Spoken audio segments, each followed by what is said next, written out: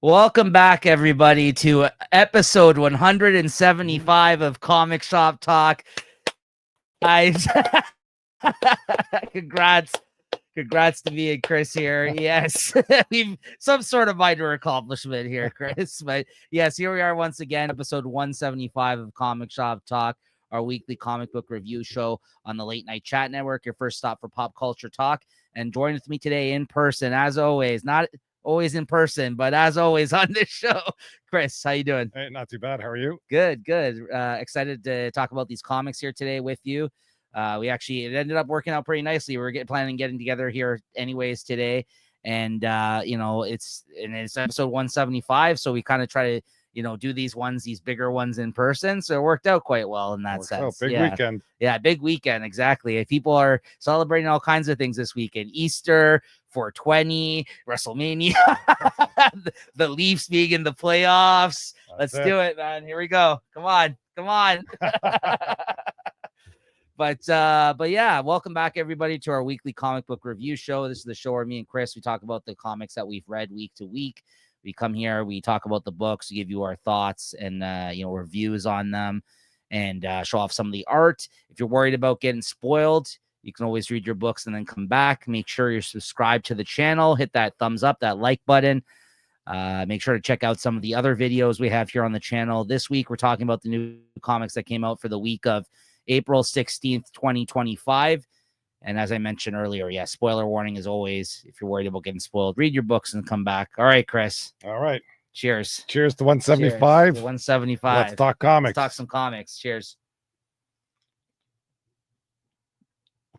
All right. First up on the docket here today, Summer of Superman special number 1. Summer of Superman. Kicking off the Summer of Superman with this special here, everybody. All right. Chris, what'd you think of this? I wasn't really looking forward to this. I thought it'd be garbage, but it wasn't. I was pleasantly surprised. It was a decent story. Not bad, yeah. I heard that it was going to be more of his time as a youth.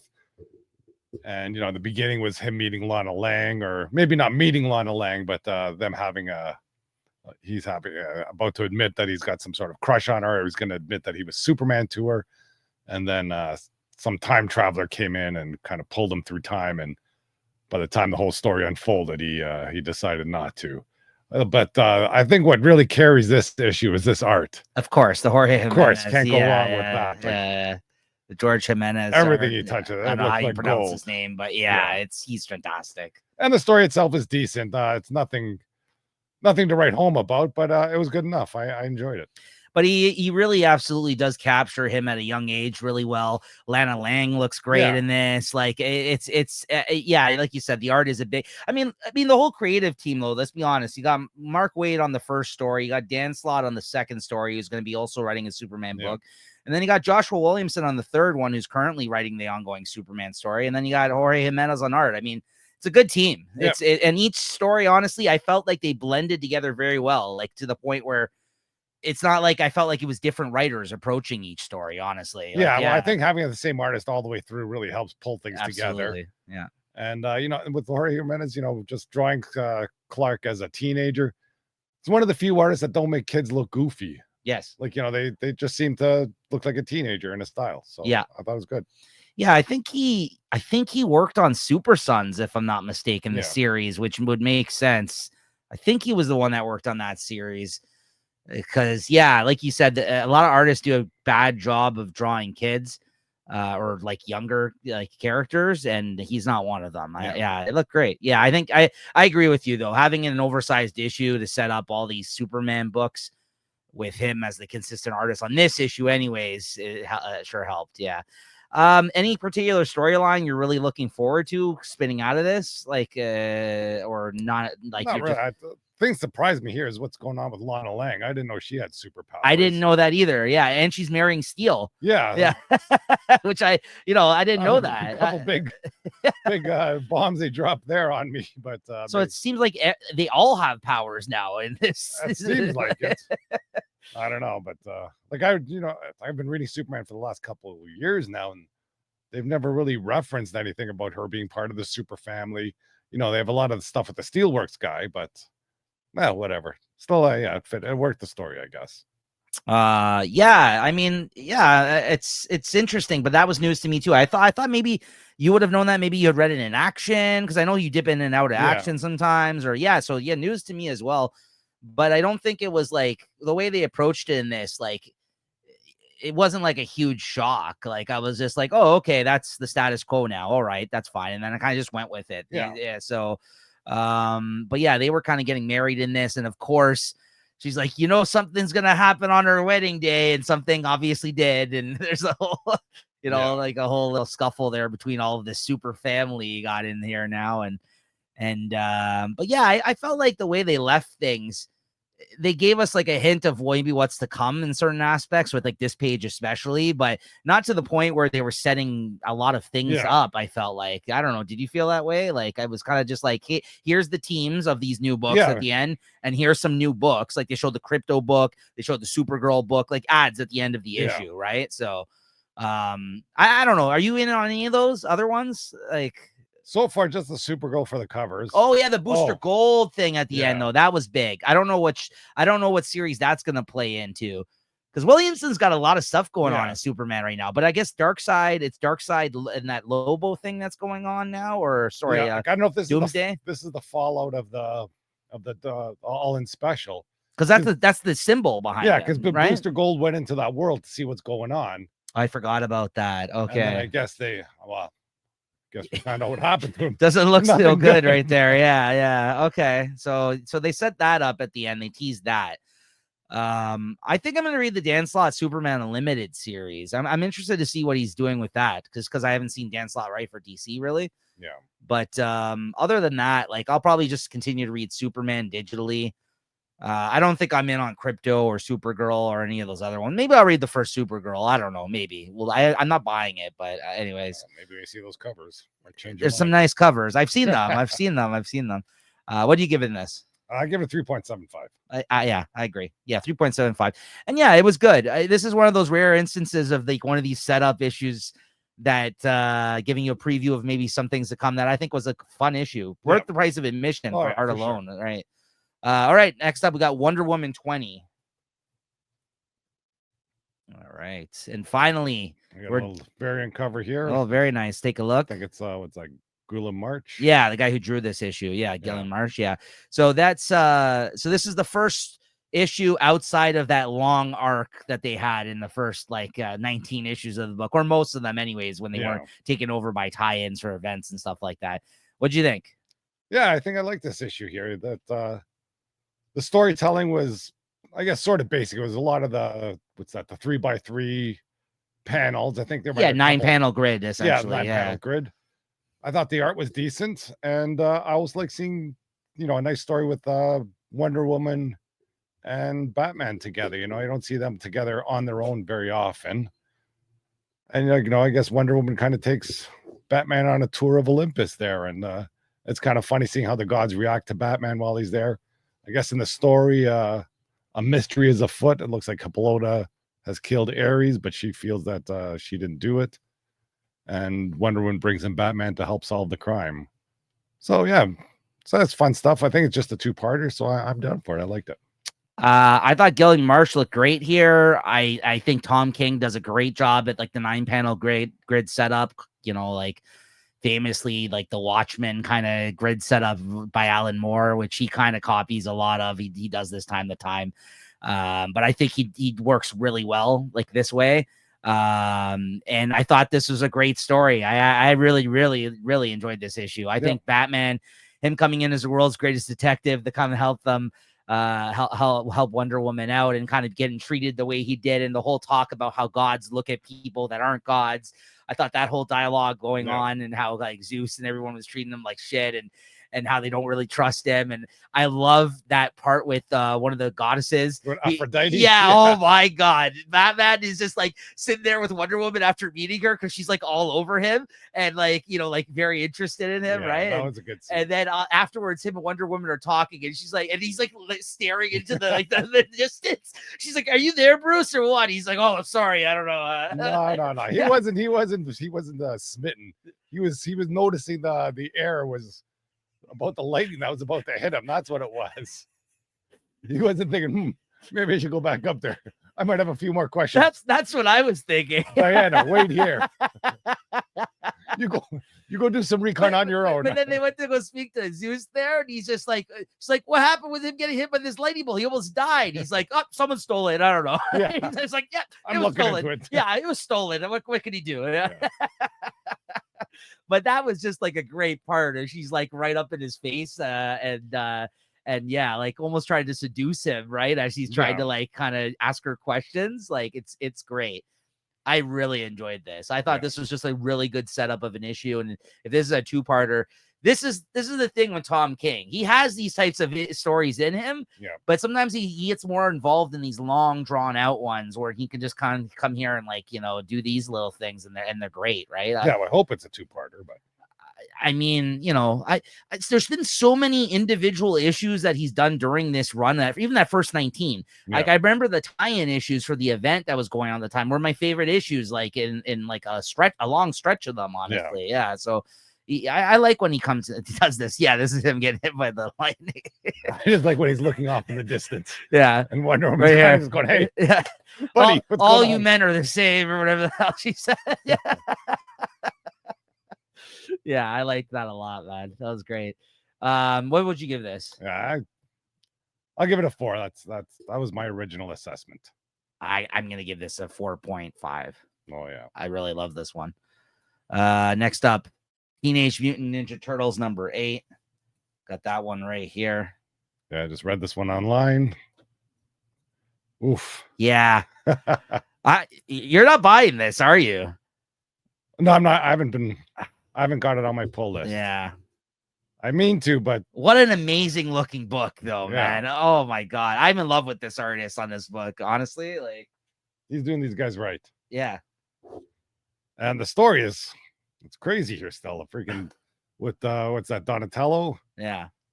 It looks like all the turtles sort of are doing their own thing, but they all meet up at the end of the day. It seems, or at the beginning of the night, they all go out and just roam the streets, trying to help in whichever way they can. And then it seems that Donatello is just going out there and just trying to stop, whatever crime that he comes across. And he's just getting his ass kicked. And who's following him? Is it Leo that follows him one night? Yes. Yeah, and then Leo follows him one night. And, then after he does all this stuff, he goes to the soup kitchen. And whatever food they give him, he gives it to the rat. The dead rat who doesn't eat it. He doesn't eat anything on his own. So the story is pretty tragic about him, but there are some layers to this story, it seems. And I guess there's more revealed to that. I guess Leo might be falling under the spell too, because I think at the end of the issue, isn't he down there kind of kneeling in front of the dead rat? Well, there's a couple of scenes in this issue that do, like, other people now are responding to the rat, because there's some whimpering noises at one point, and it seems that the crying is coming from the corpse of the rat. So now, like, Leo is basically all in at the end of this issue. Seems like he believes into the hype now that's been building up, and then there's another scene where April, now who had to run away from her home because they attacked it because they were after Casey, is out in the streets, and she goes into an alley with a bunch of rats, and same thing, she hears like the whimpering. So I don't know what's going on there, if this is really what's happening. I mean, Ninja Turtles, there has been like in the IDW Ninja Turtle series, they have talked about reincarnation and this type of thing before. So maybe that he is speaking to them through the rat. I don't know. Regardless of whatever's happening, it's really interesting. And I love how Jason Aaron's using this city as like a huge part of the Turtles story in this, how they've turned their backs on them, and like how they're basically fighting for their lives on a daily basis as a result of them trying to defend this city who doesn't even love them like that anymore. It doesn't believe in them, is afraid of them because they're mutants. Now the whole world's looking at them as like, oh, mutants are a bad thing. It's kind of like the X-Men kind of like thing as well, right? But I like it, man. And the art just so killer. Like that first scene with them on the subway fighting on top of it felt like I was in like one of the old school Ninja Turtle games, like the side scroller kind of games there. I was just like, and there's blood. It looks like it's bleeding from the mouth in this scene. Like there's hardcore fighting in this. Like it's got a very serious tone. I think people, if you were a fan of the last Ronin Ninja Turtles series, definitely check out the ongoing series right now. It's great. I can't say enough good things about this. I just really am loving what he's doing with the Turtles right now. And I think he's hitting it on firing on all cylinders, Jason Aaron, on this run, honestly. And the artist is amazing. I can't stress. Oh, Bebop and Rocksteady show up in this issue, which was really fucking cool to see them. This is the first time they've showed up in this run. And, and they're kind of working, not really working for the mayor. They're still working for Karai, who runs the Hand, essentially. But no one's allowing her to be seen. Like, she's behind these doors, and they're like, what's going on with her in there? Even they don't know. And they're like, well, we hate this mayor, too. So I don't know if we should really be, so because they're trying to access this leader of the Hand. Like, why has she turned her back on them and all this kind of stuff, right? So they're kind of lost too, Bebop and Rocksteady. It seems like at this point they might even side with the Turtles. I don't know. Like, it seems like the way things are going, right? So, but yeah, there's a little note there about Donnie, about where he went, and he at the end he says that he's going to turn himself in essentially to these bad guys, and he's like, I guess I do belong in a cage, because that's where he was in captivity previously, right? So. Yeah, so good stuff. I'm really loving this series. What'd you give this one? Yeah, that's a 4 all day. I'm going to also go 4.5 on this one this week. So those are my two strong contenders right out the gate, battling it out this week. All right, then I got a couple here that I read. Godzilla versus Hulk #1. I got this Nick Bradshaw monster homage variant here. He's doing these for like every issue. He's actually the interior artist on the next one, which is going to be the Godzilla versus Spider-Man. So I'm looking forward to that one. I think he did a couple covers for that, but he's doing all these like random monster homage covers of him like just fighting different kaiju, I guess, from the world of Godzilla. You know what? I'm liking these so far, and I think the thing with these books where they could have really went wrong is if it's all about putting good people on the titles, because on this one you got Jerry Duggan. Of course, we know Jerry Duggan can write kaiju stuff because we read his Giant Cockshoe series. If you don't forget, everybody, if you guys missed out on that 3-issue gem of a miniseries from Image Comics, definitely go check out Giant Cockshoe. It's kind of like a funny take on the kaiju stuff, but it's very good. And you got Giuseppe Camuncoli on art for this. So a good team. I really liked this. Basically this is like Banner. He's working like with the government, it seems like, to take out the Godzilla in this, but the government is like a version of like the Thunderbolts Ross, like Thunderbolts team.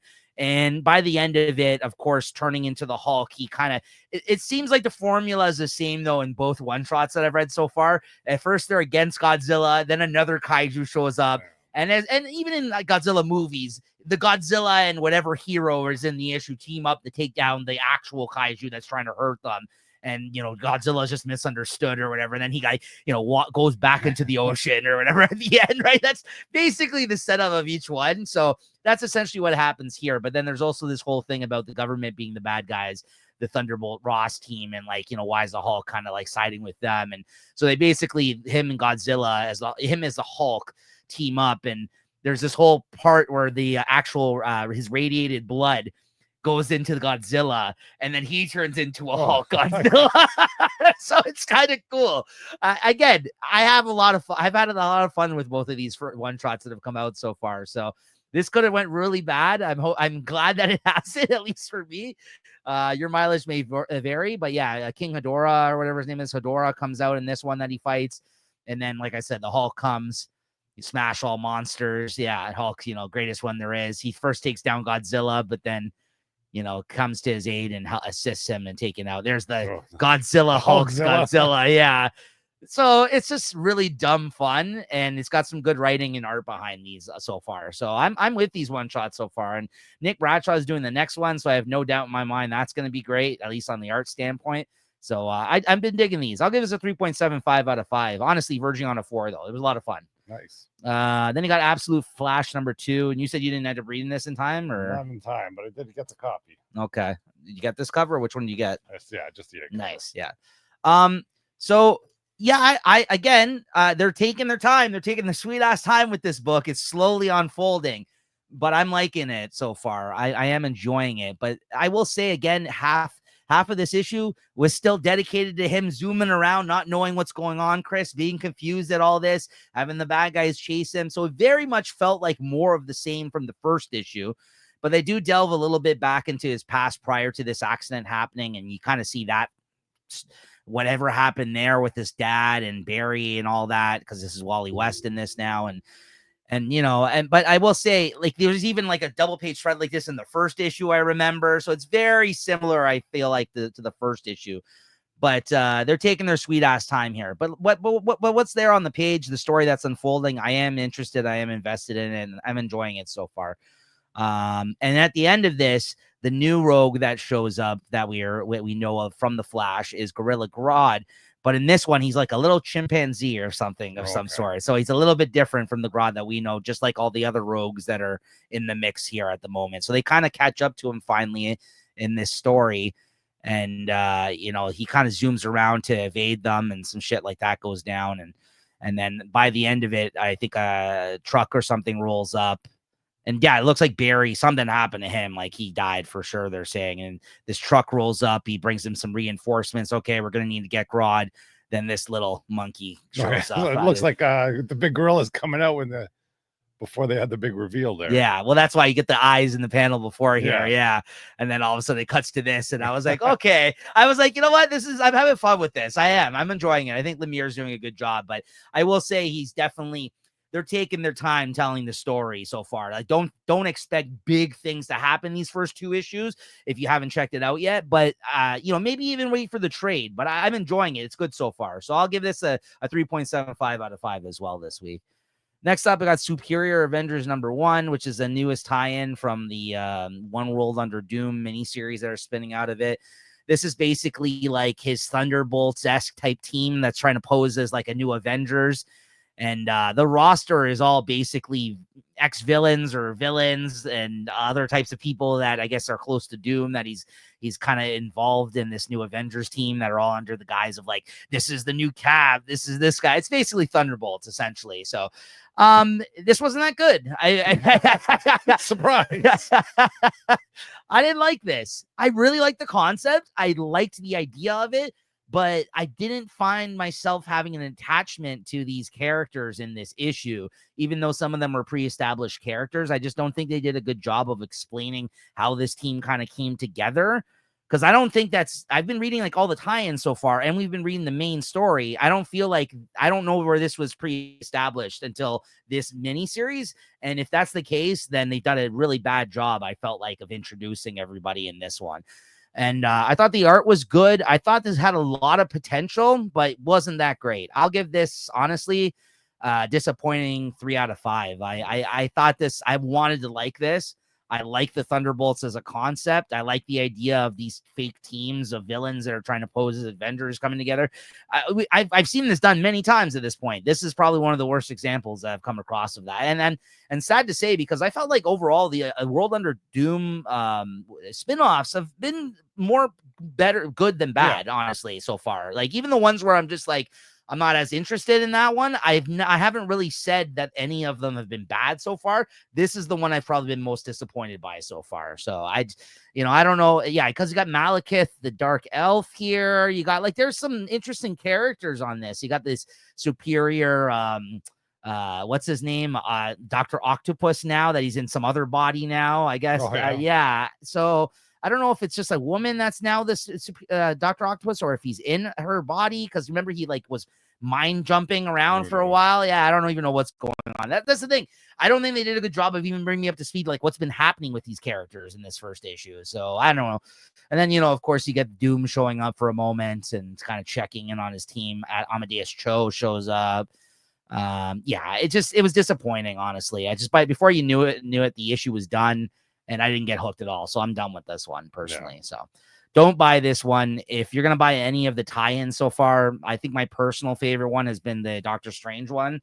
I also think the other one's really good. The actual Thunderbolts book. Yeah. The Doom Strike one or whatever it's called. Yeah. That one's the one with Bucky on the team. Like that used to be the Thunderbolts book. That one's really good too. That one actually might even be better than the Doctor Strange one as a tie-in. They're both, because the Doctor Strange one doesn't really have anything to do with it. It just happens to be under the banner, but it really doesn't have much to do with it other than like him moving. Yeah, he's just an Asgard because he used to be the Sorcerer Supreme and now he's not, and now Doom is, right? So I would say that Doom Strike one is the best tie-in that I've read so far, other than like obviously Fantastic Four, which is Ryan North's writing that too. So I'll give this a 3 out of 5. All right, Chris. Batman Superman World's Finest number 38. This is the We Are Yesterday Part 1 issue. Yeah, I guess it's some new event that they're launching here. Yeah, between the one that Wade's doing, Justice League Unlimited, this and okay. yeah, I think it's just those two titles, if I'm not mistaken. That crossover more so. Yeah, I don't know. This was like the story itself is okay. The art, like the world's finest. It's been firing and it's been moving along pretty well. I didn't mind the story here. A lot of Gorilla Grodd. I think who takes them to the whatever the Ape City. Well, the Flash brings him to the Ape City because Flash is the only one that knows about Ape City at this point in time in the book. Yeah, right? so Flash takes him down there, and then I guess Gorilla Grodd is kind of taking over there. He has an uprising, and they have a few tricks up their sleeve. Who's that gorilla that took out Superman? It was supposed to be that first gorilla they sent to space. And it got sort of bombarded with cosmic radiation, and when he came back, he's got actual kryptonite like type of ray. It's like a kryptonite beam coming out of him. And then there's another one who's like their actual leader, like the gorilla who is in charge right now, or Flash left in charge, and they put Gorilla Grodd into jail. Yeah, which actually happened in this series, earlier issues. I recall that. If I'm not mistaken. Yeah, he's got kryptonite eyes. Titano, that's his name. Yeah, he's got kryptonite eyes that shoot out. But they basically speak to that guy, the guy who's in charge, and it turns out like Gorilla Grodd tricked them there, and he's able to move his mind around too. So he's able to put his mind inside of Superman. Like the whole reason of getting them there was that Superman would show up and he would basically try to take over his body and see if it was even possible. Yeah, take over his body to take over the world. Right. Which that's a smart tactic. I think that's a good move, kind of like a classic kind of like villain trope, kind of almost like this whole like swerve. Let's say like you think you're there for one thing, but it's just a distraction to do something else. I had fun with this. Yeah, I had fun with it. Then, at the end the plan fails, but then I guess this is the beginning of the event. Is the future Gorilla Grodd shows up to the present Gorilla Grodd. And of course, they don't get along because they're both enemies. Or, Gorilla Grodd are very stubborn. Yeah. And I guess he takes him over. And so now you have a time-traveled Gorilla Grodd there ready to do what it takes to take over the world. Yeah, and I guess that story is going to go into Justice League Unlimited. Supposedly he might even be behind that terrorist group that's been sort of one step ahead of the Justice League the whole time, and maybe now you know why. It's right. He's a time traveler.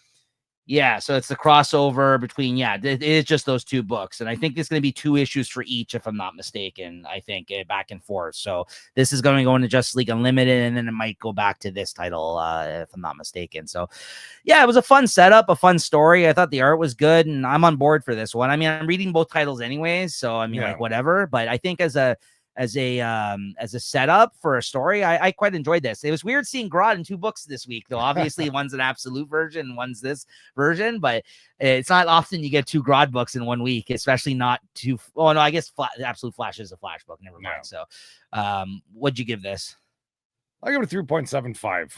I'll go 4 on this. Actually, yeah, I enjoyed this. It was good. Yeah, I'm looking forward to the next one. We'll see if they have enough to tell for this crossover in this. It's funny to see how what's that World's Finest has become sort of part of the main continuity, where when it first started out, it was kind of just like throwbacky throwback stories, yeah. Back when whatever with that Superman's kid that he sent to the future and stuff like that. Yeah, that piece of shit, that guy. yeah. And it's all up to speed now, so that's it's good to see. Yeah, they've kind of been able to utilize it for whatever they need it to be. Yeah, so that's fun. Yeah. And I'm glad that they never clearly defined that about that book. Because even you and me were like, is this supposed to be taking place now? It feels like it's back in the day. Like he kind of brought like a sensibility to the book that was like an old school comic. Yeah. But then now when he wants to use it for like current continuity type stories, he'll bring it along and be like, yeah, this is all taking place in the same timeline. What are you talking about? Right? So, it's kind of weird. It always was. Yeah. Okay, so next up we got Detective Comics 1096, and I got this Bruno Redondo variant cover here. I'm scaling the building. Nice. Yeah. So what'd you think of this, Chris? Is this the end of this arc or the current storyline? It seems so, yes. That's a nice. The 8 cover is pretty nice. It is too, yeah. Yeah, and this has been a decent story all the way through, and I guess this sort of reveals that reinforces this Batman's no kill policy. Right. I think enough. It's been revealed that that Asima or whatever the villain was turns out to be, I guess, that girl's mother, who was Yes. I think this is the reveal in this issue. Yeah. Scarlet. And that's supposedly a lady that Scarlet's mother. Yeah, that Martha Wayne saved. So it turns out Scarlet, the girl who hooked up with Bruce that works for this company, her mother is this bad person that's been going around stealing blood from children and shit like that. She's working for this agency. We find out at the end, they're Elixir. That's the ones that's really been pulling the strings all along this whole time. And her mother put her father, Joe Chill, into the hospital and tried to kill him back in the day. And Bruce's father saved him. Yeah. So she actually hated Joe Chill and didn't want anything to do with him. And is the reason that he almost died and ended up on Bruce's father's table. And she tries to basically do that again in this issue and put a stop to it. And Bruce, of course, unfortunately has to stop her, even though he also hates the man. She's like, don't you get it? He's a piece of shit. I'm doing this for us. Like, it's like, he killed your family, right? Like, don't you want this man dead? He ruined my life, right? It's like a bitter X to the end. Yeah, well, after this, Batman better lighten up, because now he's been revealed to be not so... Yes, holier than thou. Not so grump. He's like, okay, look, if I wanted to kill Joe Chill, I could have. I didn't. He says here he believes that he needs a second chance, or if he had some second chances earlier in life, maybe a whole, things would have went down a different way. So maybe there's some hope for Batman. He won't be so broody for the next his next little bit, but somehow I doubt it. This was I liked the ending to this, but I also I thought this was going to be of a bigger wrap up in this story, to be honest with you, the way they've been amping it up. But it also at the end, you see that this isn't the end technically, because the Elixir is still the one who's in the mix. That even as she goes to jail, somebody approaches her in the jail and says, like, you've revealed too much about us. And you know what I mean? So there is a bigger story at play here, but I thought as an opening story arc for Tom Taylor on this book, overall, I'm loving this. This is really good characterization happening in here. He didn't even really overdo it with the Bat family. Like, they come to his aid in here. I thought was really great. Like that scene. And the whole idea of like them stealing children's blood and shit in this first one, it's kind of like it's an interesting, weird story. Like, I kind of like it. Like, I'm like, yeah, it's kind of dark at times. Bruce has got that blood in him. Yeah. He took a few injections. Right. The whole idea of him trying to save his youth essentially so he can still fight crime. I like it. It's good. I think Mikel Janin on art has been great. So yeah, I'm looking forward to see where he goes from here. I think this is like I said, this has been my favorite Bat book lately. I think Taylor has a good handle on everything here. And I hope he kind of takes the approach that he did with his first one, where it's like still more cases, like him actually being a detective. Right. So good stuff. What'd you give this? Yeah, I'll give it a 3.75. Same. And then I got a couple here. Quick hits for me. Zatanna number 3. I got this for the Ji Young Lee variant cover, who I do like this artist. The main reason I got this issue, otherwise I didn't like this and I'm not buying anymore. I think the next couple issues, the covers have been revealed. I have no interest in them. So she got like sucked into like some sort of television set at the end of the last issue. And then inside this set, there's like an old school black and white version of like a movie playing almost. And like Bruce Wayne is in here. And not Bruce Wayne as Batman, but just like Bruce Wayne and Carlo, whatever the fuck his name is, Clayface, essentially, because he's an actor. He's acting in this world essentially, and a person. So it looks like Clayface is the one that's trapped in this fake world, trying to like, and he almost like, he ends up almost coming out of this world here in this issue, and he's really upset by it because he's like, I had it all here, like let me live out my fantasy in this fake world. I forgot his last name, Carl Basil Carlo, I think his name is. I think that's his name, Clayface. Anyways, but then outside of what's going on with this whole scenario, like we still have that story with the other people that hate Zatanna on the outside that are going up against Blue Devil and a bunch of the other supernatural characters that have been trying to help her out. And I don't know, their motivation has been like really flimsy this whole time, this whole storyline outside of here. So again, I could care less about the story. The art has been all right. I've been mainly getting it for the covers. And I think if you guys want a good Zatanna story, check out that last miniseries that came out, Bringing Down the House. I quite like that. This is not a good one so far. And if this is going to be an ongoing, I don't know what to tell you, because I'm not impressed 3 issues in. So I give this, again, a 3 out of 5 this week. I'm just not interested in it. I don't know if it's inherently bad, but, because like I said, the art's good and stuff. I just think that the story is not all that interesting. Next up, DC versus Sonic #2. I don't know if I'm going to review and talk about each one of these on the show, but again, I'm getting these. Christine picks these up. She's a big Sonic fan, and as am I. I will say this issue was better than the last one, though, because now that we've kind of set everybody up and everyone's met each other in this issue, all the Sonic people teamed up with the DC characters have all been separated, and they're all going about their own way, and they encounter people like Darkseid trying to get the Chaos Emeralds and stuff like that from Sonic, which are the jewels in Sonic that they get power and stuff from. So I liked that. Finally, we actually get to see them actually intermingle instead of like and have a purpose to be with each other. The first issue was just like, hey, Sonic, I'm Batman. Hey, there's the Flash and Sonic. And you know what I mean? It's just like everyone just meeting up with each other. So I'm like, okay, whatever. This is kind of lame. This issue was a little bit more fun, and I thought the art and the writing was fine. It was serviceable. And I think if you're a fan of especially Sonic, I think this is definitely something worth checking out. For DC, I don't know, it's up to you. If you don't care about Sonic at all, I don't think it's worth your time. But if you are interested in Sonic as well, I think it's a fun little mini series. Definitely an all ages feel, though. I'll give this one you know what? I'll give it a 3.5 out of 5. I don't think it's like for me, or I'm not as interested in it, but it's not bad. I can clearly see this as an enjoyable crossover if you're interested in these two properties. I think it's well done. So I'll give it a 3.5. I was almost gonna give it a 3.25, but I'll give it a 3.5. Next up, G.I. Joe Silent Mission Spirit #1. I also realized that these G.I. Joe ones are the G.I. Joe Real American Hero brand, not the Energon Universe stuff. So these are all, I guess, taking place more in the ongoing series that Larry Hama is writing, right? In that sense. Yeah, so this is the Spirit issue. Who's the artist on that? Leonardo Romero. Again, good looking issue. I thought the storytelling he did was very good in this one. This is basically him coming across somebody, one of the animals gets hurt out of the forest, and he has to aid the wolf or whatever it is, and basically then he takes it upon himself to go into the woods to see what's afoot, like what's going on, why is there all these injured animals and scared animals in this region. And he comes across basically like a big robot that he fights in the woods. It's like there's a big robot like in this facility. I guess it's Cobra. They're working on some stuff in this facility out in the woods. So he ends up infiltrating this place and ends up having to fight like a big machine of some sort.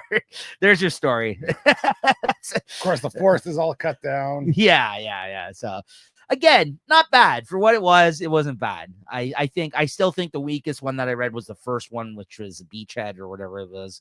I thought the last two were good, better. I'll give this a 3.5 out of 5 too. I think for what this was, again, the story was conveyed very well for me to be able to explain it, and it had good art. I think that's the biggest challenge about these silent issues. If you have bad art or you're not able to storytell using your art very well, first of all, you shouldn't be on these books. Second of all, I'm not going to give you a good rating. So I got to give this at least a 3.5 because I think, this served its purpose in that sense.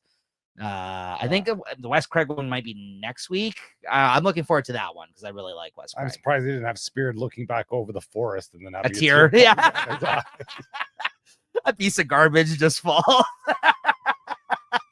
It kind of was like that for Wildlife though in this, right? The Eagles, it got the 6-pack ring around its claw or its foot or something. It could have went that way. Yeah. It could have went that way. All right, so we're in our final stretch here, guys, with our X books here tonight. X Factor #9, the penultimate issue, Chris, of this series. What issue to go? I know. I just feel like this series is finding its legs right now. Got short shrift. I know. I'm a little upset by this, honestly. Like these guys shouldn't have waited so long to put this story together, and that's what's been killing me with a lot of all these absolute stuff, even the Ultimate Universe stuff. It's they're just they're trying to stretch out these stories through these comics for way too long. And this one here, I guess they got cat who's his who's that? Abigail? No, that's is that General Mills that's talking Yes. to Yes. I love the name. Yeah. Talking to Havoc, and who's that? Temper? Not Temper. I forgot her name. Anyways, two of these Yeah. sort of disgraced X Factor members say, we got a secret mission, and they're going to send out the Frenzy. They're going Yeah. to send that true X Factor team out, and they got to send these people out to destroy, I guess, the big computer that's going to be powering these Doombot faceplates or something. They're going Right. to mind wash everybody. And just still the humor here with that Granny Smith. She's sitting there like, and then he's like, "What's Granny Smith doing here?" Yeah. He goes, "Oh, did I get on the wrong plane?" And then they send him to, I don't know where they send him to some castle or something to fight. And I guess Granny Smith just is the diversion. She's kind of just running along there. Can we talk about the guy that has nukes for head? Yeah, like where that was inside that castle. or Yeah, something, wasn't this it? is the bad guy, essentially. One of the guys that the thugs that works for them. He keeps getting into these awkward positions, and he's got 2 nukes for it. It's like two bombs essentially, and like he can't do certain things because of that. Yeah. Again, just another dumb joke that they've peppered these type of things throughout these issues, right? But you either like it or you don't. But I quite liked it. Yeah, and then I guess Havoc and his team take care of these guys, but then it seems that they've worked with General Mills before, and they're telling me, Havoc, you think if you're here, what's the mission the other team's doing? And then at the end, you find out what the mission was for the other team, and it's hunting down Polaris. Yes. So that's kind of a bit of a serious swerve there, and even though it sort of had got a jokey tone, that's not gonna fall well with Havoc, I believe.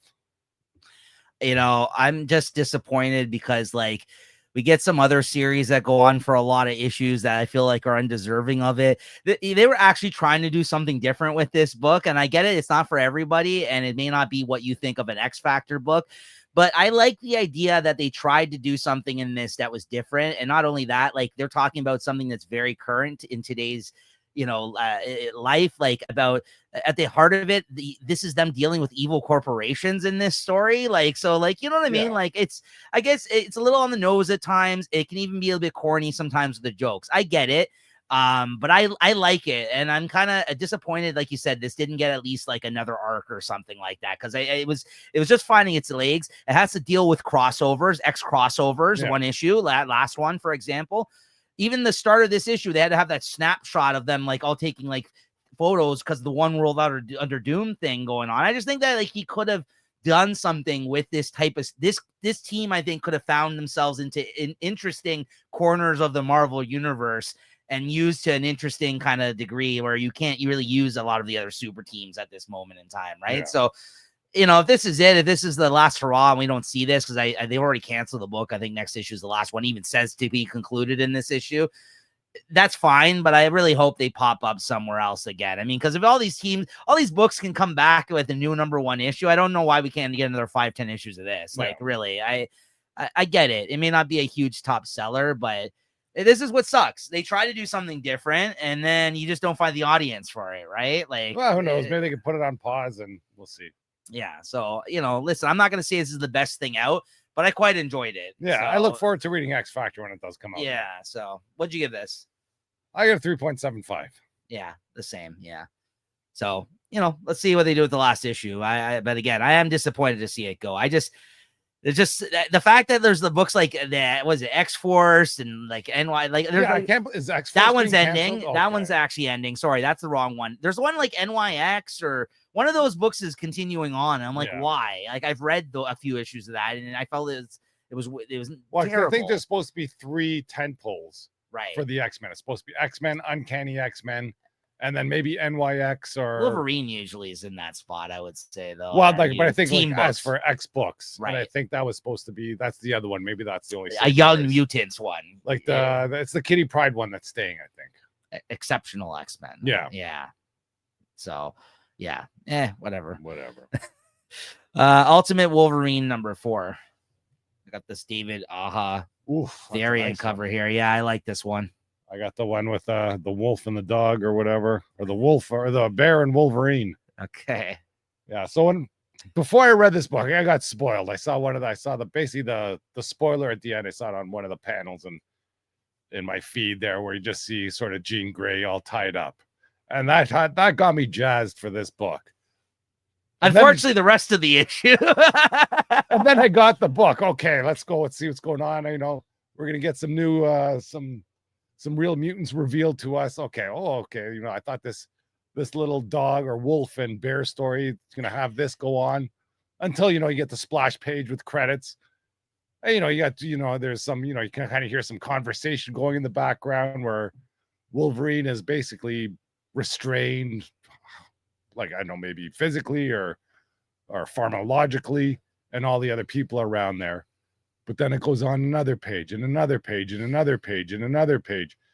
Half this book was a freaking wolf fighting the bear with inner monologuing going on. Yeah, of what's happening in there. Like, if I want to see a wolf fighter or bear, you know, I'll get National Geographic or something.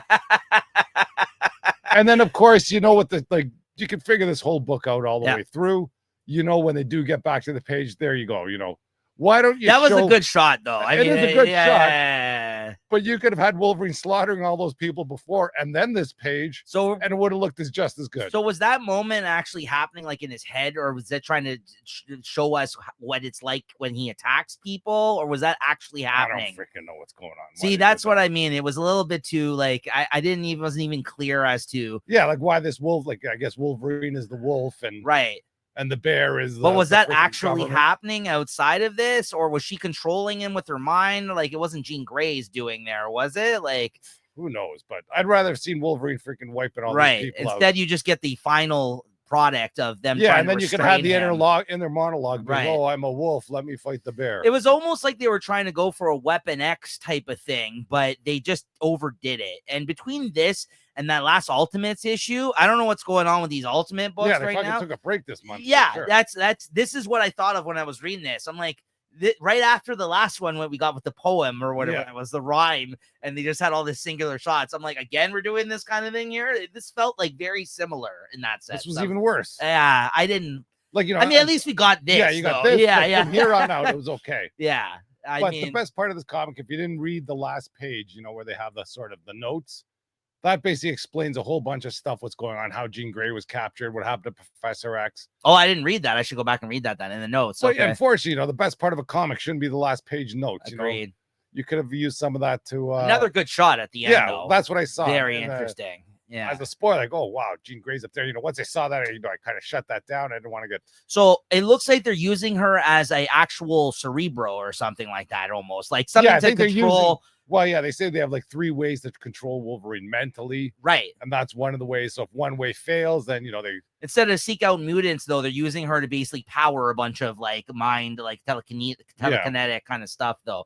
So so they're basically controlling him with via her, like hooked up to like how they're controlling her, I don't know. Yeah, that's very interesting, actually. That's just at least that's the way I looked at it, is like, oh, they're using her as a human because they have the cerebral cord, like they have her brain. It seems like hanging out. No, that's Professor X's brain. Oh, that's Professor X's brain. Did they say that in here or in the note? In that note. See, I missed that. Yeah. But that's the thing. You shouldn't be having to read this note to get the most important information out of the book. That was kind of like a Hickman book, which if it was a Hickman, I mean, he did set up this new Ultimates. Like, I should have known better, because in Hickman's X-Men, same thing. There was all kinds of notes in here that he wanted you to read, right? So, yeah. Okay, so for anybody wondering, there's an entry in the back of the book, like Chris said, that a whole transcription of private dictation logs of Dr. Alonia Prostovich, Director of Science and Technology for archival purposes, classified. And then it talks about notes of Xavier, Phoenix. So basically it's like the Weapon X program, basically like transcripts, essentially, it seems like, or the Russians that are the ones that are running the show here. I agree, though, this was a disappointing issue. I was very disappointed by this, but I am thankful for those last moments, at least, in it. That's not enough. Not enough to save the issue. No, I agree. It's a $5 issue at that, right? Yeah, so that's a long run for a short slide. What'd you give this? That's 3.5. I mean, for those last pages, I'll give it 3.5. I can go 3.25 on this almost too, basically. Oh, yeah. So I'm trying to be generous. Yeah. But I did like those last couple of scenes. So, all right. And then finally, we have Wolverine number 8. or Legacy issue 400, and I got the DWJ variant. Fuck, that is a nice cover, though. Yeah, which is I wish I basically. got that one. I like yours too, though. I do like I'll that. trade one. you. Hey. Yeah, not that much. We got the Bengus or whatever, the Marvel versus Capcom. This one here, which is basically like him with all the arrows in him, like a Japan Wolverine timeline story, essentially. But yeah, what'd you think of this, Chris? Yeah, well, without this Daniel Warren Johnson sort of story in there, I wouldn't have bought this comic. And this, I guess, this doesn't really end this adamantium or adamantine story. Adamantine, yeah. But, we dropped this a while ago, and what's it, number 8? Holy smokes! So it's still going on. Yeah, it's still going on, and that stupid Wendigo's there. We never liked him. I guess the adamantine god revealed himself, and he basically said, I'm gonna go see what's going on in this world, and he just walked away. And then there's a whole other story about what was Wolverine doing there. Oh, with the kid. So this first one, he basically just fights him in the form of a man, takes him out. Yeah, that's the first story. Then the second story in between the Daniel Warren Johnson one and this one, it basically sets up the new direction. Yeah. Which, you know what? I actually really liked that story. I thought it was really good. You didn't like it? Oh, come on. So basically Arcade takes him and the Wendigo kid hostage, and they fight their way out. But Wolverine's like in a tank that has a bunch of acid come into the tank, and his legs are basically gone, like it's just bone. And the Wendigo cracks the orb with him, and basically this is the wacky part. The acid takes out the Wendigo and kills him, and then underneath his the boy gets unearthed from the Wendigo. Essentially, right? The boy, basically the gods from the Wendigo gods or whatever, the native gods, whatever they are, basically the Aboriginals. Yeah. They bring the kid back somehow, even though his body dissipated in the acid.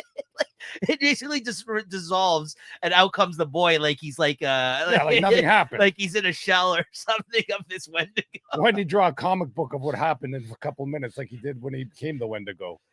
I liked it though. I liked Arcade in it. I like Arcade as a villain. I just think him. He's like a good villain. Yeah, and like he thought of everything. It seemed like in this one, having right? Him, the Wendigo tied up there, and what his plan was just. But they did away with him though. That's the good thing about that story. They basically. It's this in this issue. I actually thought it was good that they made us come and buy this issue for DWJ, because the way they made it seem is like they might be actually on to other things finally in this story. Like, I don't think so. No, because the kid went back home. Yeah, the kid's home. Okay, so we don't have the Wendigo, but that's still he's still in play. God. He's still in play, but maybe it won't be the main focus of the next arc, though. I don't know. Well, I don't have much faith in this writer. No, neither do I. Like, I don't know what I'm not saying I'm buying the next issue, but I might check it out now. I don't know. I'm not sure what he's doing in Daredevil. It looks like other things are going on there. I think Daredevil might be. I heard it's still bad. Yeah, I heard it's still bad, but I don't think it's still the priest walking around. Right. He's got his black suit now or something. Okay. But I don't think it's doing anything great with it. And same thing here. They should have just let that kid, the Wendigo, die. And right, that would have been about the best thing that could have happened. I mean, he did die. He's not the Wendigo anymore. Well, no, the kid has to die. That's what happens. Like, yeah. He died when he became the Wendigo. Enough with this. I'm controlling the Wendigo's business. I was just happy that they took him off the board for now. Like, well, who knows that? But he's always saying, how many times did he call me if you start turning into the Wendigo. Maybe it's just gonna be to the next full moon. And then boom, he's the Wendigo again and eats his mom. I almost took this as this could be a course correction. Maybe they said to Saladin Ahmed, "Hey man, your book's sucking. you need a new direction with this.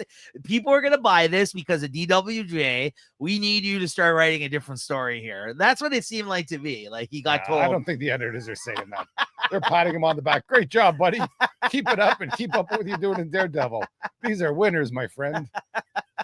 He's like, oh, right on, boss. Would you like Captain America as well? Yeah, I thought. What's your next dream project? You want to do Spider-Man too? Go ahead. You can have him freaking fighting the spider gods. I know this wasn't.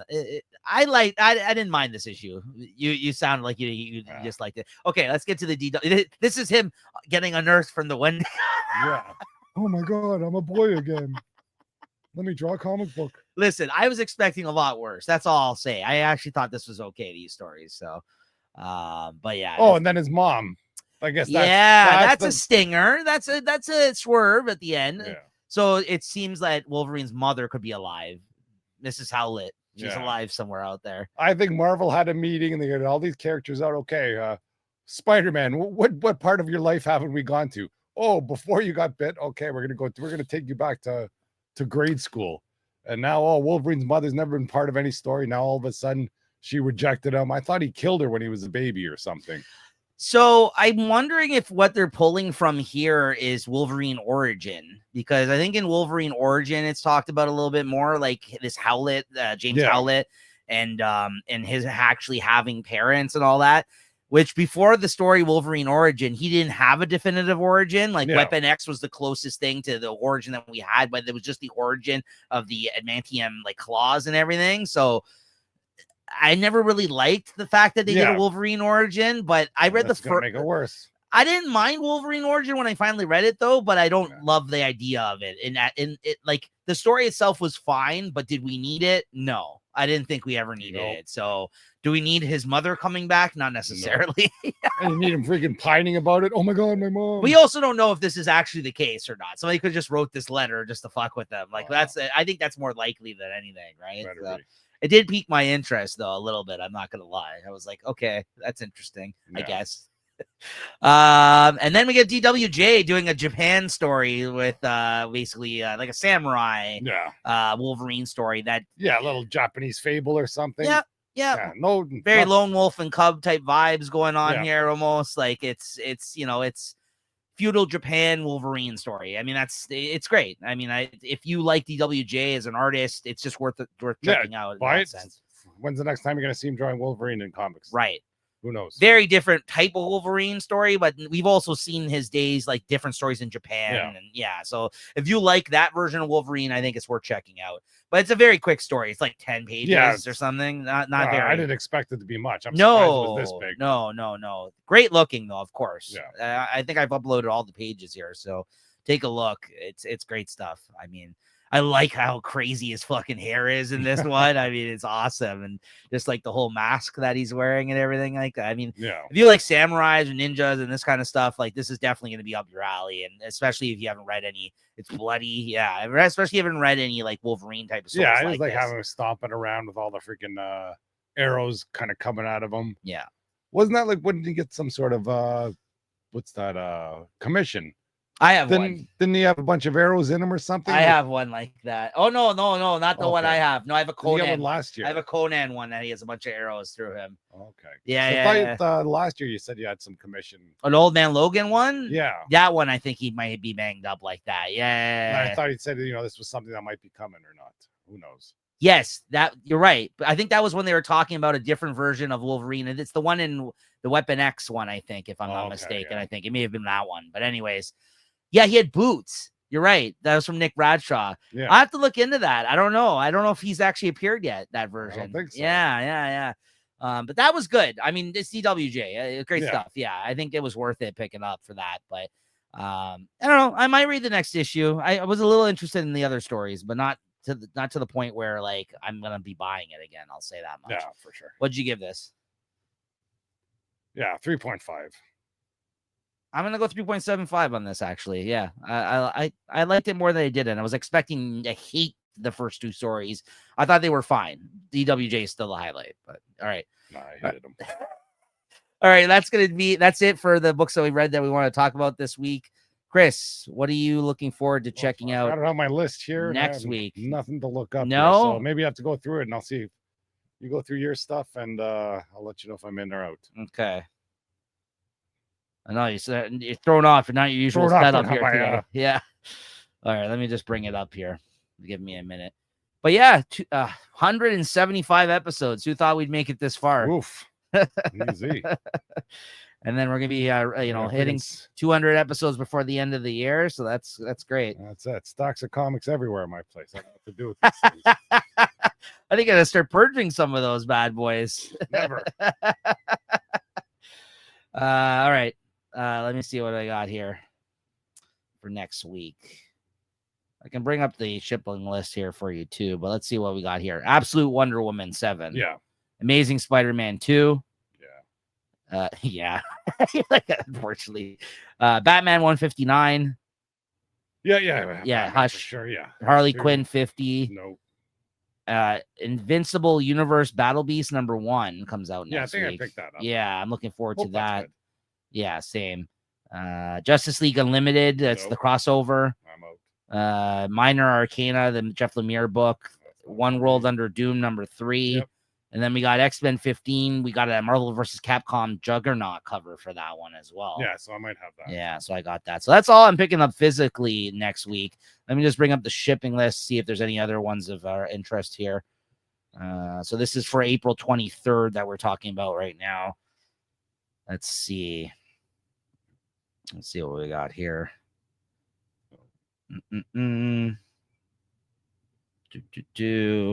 Absolute Martian Manhunter, I think, comes out next week. Some of these are might have changed the dates that they're coming out too. Black Hammer Spiral City comes out. That's always good. I'll probably read that. Yeah, G.I. Joe. Yep. Avengers. I don't know if I'm buying it. I'll be reading it. Bug Wars. We're reading that. Deadpool and Wolverine, which has been pretty good. And I think that's the Benjamin Percy one that comes out next week.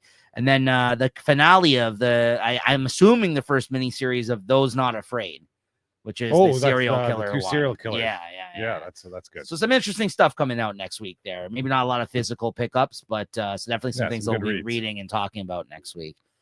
All right.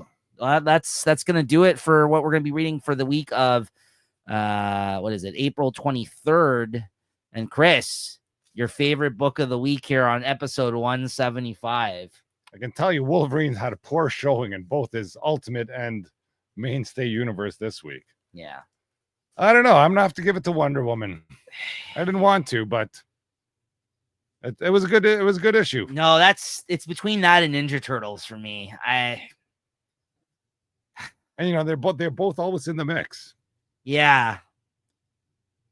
I'm going to give it to Wonder Woman. Wonder Woman hasn't been this good for me in a bit. I've liked it, but this is a standout issue, at least out of the last few issues for me. So while Ninja Turtles it's been in contention, I feel like every issue that's been coming out lately. So I'll give it to Wonder Woman as well. So there you go. Me and Chris picked the same. But it's a strong story, so out of the gate. It is. It just goes to show that I think that that Sovereign storyline was just way too long in 19 issues. Yes. If you've had this, if he's been sitting on this story for a year now or something, who knows? Right. No, I mean, I hope that we get more of these kind of smaller stories and well told, like kind of like a couple 2-3 issue type things. I just hope he doesn't jump right back into like another another freaking epic arc. No way. Because it had good moments throughout. Like we've liked the series, I did enjoy but there was moments where I'm just like, I don't know, should I just pick this up and trade? Because I'm like, I feel like we just spinning our wheels on a certain point, right? Like 4-issue ones where basically just the same thing with different characters that was going through. I will say this about Ninja Turtles though, and I noticed this the other day, and I actually meant to talk about this on the show earlier when I was talking about this book. It's interesting that we're at a time where I'm actually reading a bunch of licensed property books and comics again. Between the Transformers, Energon stuff, and the fact that I'm reading Ninja Turtles again, like this is a big deal because all the time I've been back into comics, they haven't really been putting good people on those titles, and I've never really or companies like Image and stuff didn't own like the licenses to these things, or Marvel, even when it comes to like I talked about a Godzilla book this week that's him and Hulk. So like again, keep putting good talent on these books, and I think like I'm really happy to say that I've been enjoying a lot of these books. Like there was a point where I didn't read any of these licensed property type of characters, and then these companies actually started caring about that enough to actually put good creative teams on them. Because for a while there, I feel like their idea of it was just like, okay, it's a Ninja Turtles book, it'll sell, or it's a Transformers book, it will sell. And then after a while, people are just like, why am I spending my money on this? Like these stupid like if you but who knows? Maybe back in the day, the toy company or whoever's holding the license had final say on what the comic could be. Right. And now that all that sort of has been watered down, it's not like Transformers are trying to sell any new toys, or G.I. Joe's trying to sell any new toys, or even the Turtles aren't trying to sell any toys. And they said, hey, well, they said, this is why we want to do things. Might have said, fine, we don't care about this there might be a we lot don't of care things about at this, play. you know, this property as much anymore. Right. No, you're not wrong. I just think that something has changed where I'm not only is it reflecting in my pull list for some of these books, I think just generally people are more accepting to checking some of these comics out. And I think it is it is important that they're being putting good creative people on these books, good artists, like good writers on these books, because I think that there's only so much I think that will get people to spend their hard-earned dollars these days. Even if you're like the biggest Transformers fan ever, the comic sucks, then I don't think you're going to be interested in it, right? Like it's like how me and Chris are sometimes we're you know, Spider-Man, when it's really bad, it's hard for us not to buy it. We're just like, we're getting to that point though, right? Like, I mean, after a while, like it might be like it's not worth it, right? Like, so well, I saw the previews for that Predator versus Spider-Man. I wish I was buying that instead of the mainstream. Well, look at the Avengers versus Eight. Look how good that has been, right? So that's what I mean. I'm glad that these have been majority have been better, more good than bad, in my opinion. The ones that I've been reading anyway. So like it's just weird because I that was never a part of my comic reading, was reading so many of these licensed property stuff. And now every once in a while, I'm like, yeah, I'll give that a shot. And more good than bad. The Godzilla one shots have been fun. Ninja Turtles has been good. The Energon universe stuff has been good. So yeah, it's good to see. I'm glad. Yeah, Aliens versus Avengers. I don't know about all the Predator ones, but yeah, that does look good. The Spider-Man one. I did see a preview of it, right? So yeah, we'll see. All right, well, that's going to do it for episode 175. Make sure you like and subscribe. Thank you to Chris once again coming down in person here today to record this, and this has been a lot of fun. And here's to at least 25 more to episode 200. I mean, we'll see where we go from there, but I'm just excited to get to that 200 mark here this year. So yeah, all right, everybody. We'll see you guys there. Yeah, that's right. You going for Cena? He's a heel now, Chris. The Peacemaker. You should come out with his Peacemaker. I gotta go pull on my Cody Rhodes shirt. I gotta bust that out. All right, everybody. We'll see you guys next time. Later.